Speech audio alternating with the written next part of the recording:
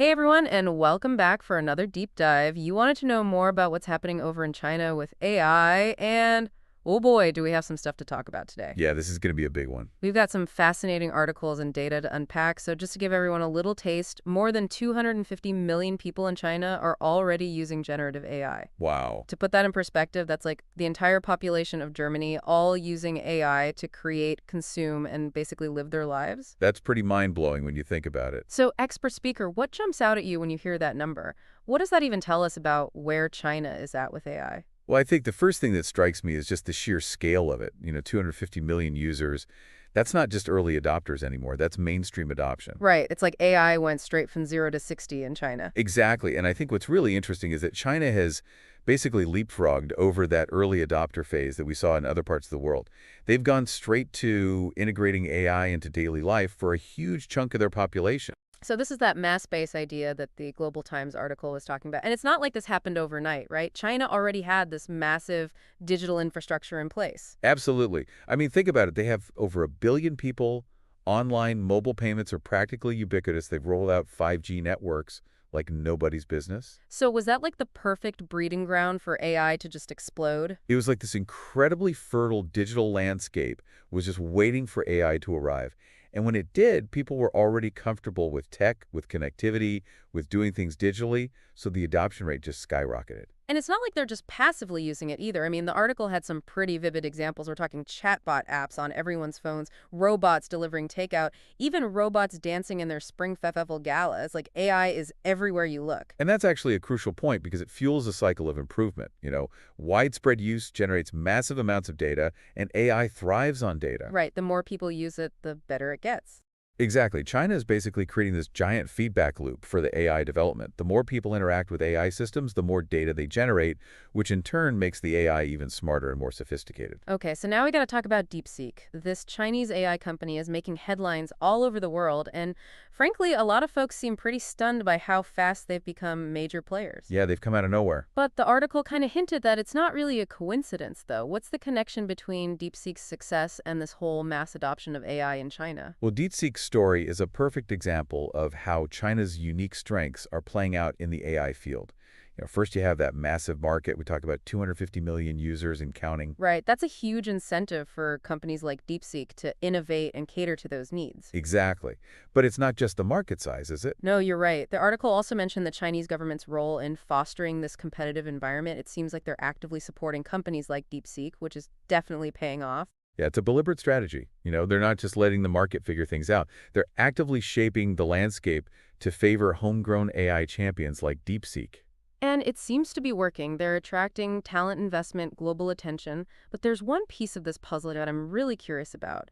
What is it about DeepSeek's approach that's so unique? Are they excelling in certain AI technologies, or is it more about their overall strategy? It's a combination of factors, but one thing that really stands out is their focus on real-world applications, specifically in manufacturing. Okay, so they're not just coming up with cool algorithms. They're actually figuring out how to apply them in ways that have a real impact. Right, and that's a huge differentiator. China has this incredibly diverse and sophisticated manufacturing base, everything from basic components to high-tech gadgets. So DeepSeek is building AI solutions that optimize factories, supply chains, the entire production process. So they're not just creating AI for the sake of it. They're figuring out how to use it to make things better and more efficient. Exactly, and they're not afraid to make some bold predictions either. Like what? Well, DeepSeek believes they could contribute something like 0.8% to China's annual economic growth, impacting 58 different sectors. Seriously? Yeah, and McKinsey did some research suggesting that generative AI could add up to $2 trillion to China's GDP. To put that in perspective, that's almost the entire GDP of Italy. Those numbers are insane. But can AI really revolutionize an economy on that scale? That's the billion or trillion dollar question. I guess these figures are definitely attention-grabbing, but they also challenge the narrative that China's economic growth has peaked AI might be the wild card that changes everything. I mean, it's a fascinating prospect, but it also kind of makes you wonder, right? Like, this isn't just a China story. If AI can have that kind of impact on their economy, what does it mean for the global balance of power? That's the key point here. It's not just about economic dominance. It's about who sets the standards, who controls the narrative, who ultimately gets to define the ethical framework for this incredibly powerful technology. And we're already seeing the ripples, right? Like international investors are practically falling over themselves to get a piece of the Chinese tech market. It's like a chain reaction. Hedge funds are increasing their holdings. Deutsche Bank is super bullish on China right now.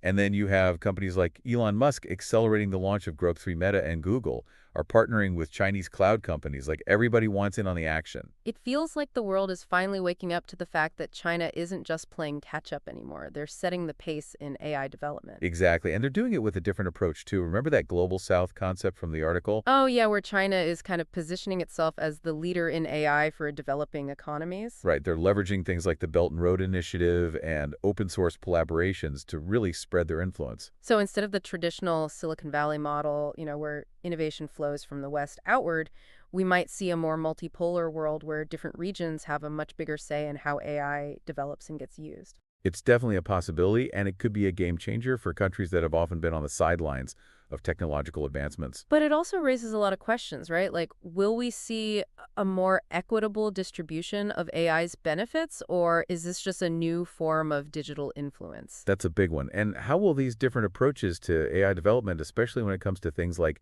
data privacy and government control, how will that all play out on the global stage? It's a lot to think about, and we've talked about the economic implications, but this also brings up the whole debate about values, right? Like China's view on things like data privacy and the role of government is pretty different from how we see things in the West. And those differences are going to become increasingly important as AI gets more powerful. Will we see a convergence of values where different countries find common grounds on how to regulate and use AI? Or will we end up with a more fragmented world with competing visions for AI's future? Exactly. It's a crucial question. It's a lot to consider. On one hand, you have this incredible potential for AI to solve global problems, improve lives, drive economic growth. But on the other hand, there's this uncertainty about who gets to control it, how it's used, what the long-term consequences might be. It's a classic double-edged sword scenario, and that's why it's so important to have these conversations. We're at a critical juncture, and the choices we make now will have a huge impact on the future. No pressure, right? None at all. But seriously, we can't just focus on the technological advancements. We need to be actively thinking about the ethical, social, and geopolitical implications of AI as well. I'm already feeling a little overwhelmed, to be honest. We started with this massive number of AI users in China, and now we're talking about the future of the world. I know it's a lot to take in, but honestly, the pace of change in this field is mind-boggling, so it's easy to feel overwhelmed. So what can our listeners even do with all this information? It feels like things are changing so fast, it's hard to even keep up. Well, the first step is to just stay informed. Keep learning about AI, its capabilities, its potential impact. Pay attention to what's happening not just in China, but globally. So read articles, listen to podcasts like this one, talk to people who are working in the field, basically become an AI enthusiast. Exactly. The more you understand about AI, the better equipped you'll be to navigate this rapidly evolving landscape. But don't just passively absorb information. Question the assumptions you hear. Challenge the narratives that are presented to you and think critically about the implications of AI for your own life, your community, and the world as a whole. That's a great point. This isn't just about understanding the technology, it's about understanding how it's being used and who's benefiting from it. It's about asking tough questions and demanding answers. Absolutely. The future of AI isn't predetermined. It's something we're all creating together through our choices, our actions, and our conversations. The more engaged and informed we are, the better chance we have of shaping that future in a positive direction. It's kind of wild when you think about it. We started this whole deep dive with what seemed like a pretty simple statistic, 250 million people in China using AI. Right. But that one number has opened up this whole Pandora's box of questions about economics, global power, the future of humanity. Like, it's been quite a ride. And I think that just goes to show you the power of AI. This isn't just another tech trend. This is a fundamental shift that touches every aspect of our lives. I'm definitely feeling a little overwhelmed, to be honest. It's understandable. I mean, the pace of change in this field is dizzying. Yeah, and what's happening in China is a pretty powerful example of just how fast this technology is evolving and how big of an impact it can have. Absolutely. So before we wrap up here, what's the final thought for our listeners, the one thing you really want them to take away from this deep dive? Well, I guess if I had to boil it down to one thing, it would be this.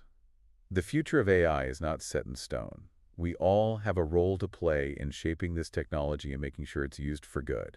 So don't just sit back and watch it happen. Exactly. Stay informed, stay engaged, and keep asking those tough questions. I like that. Keep questioning everything. Because this AI revolution is just getting started, and it's going to be a wild ride. Well said, expert speaker. Thanks for joining us for another deep dive. It's been my pleasure. And to everyone listening out there, thanks for tuning in. We'll catch you next time for another deep dive into the world of AI and emerging tech.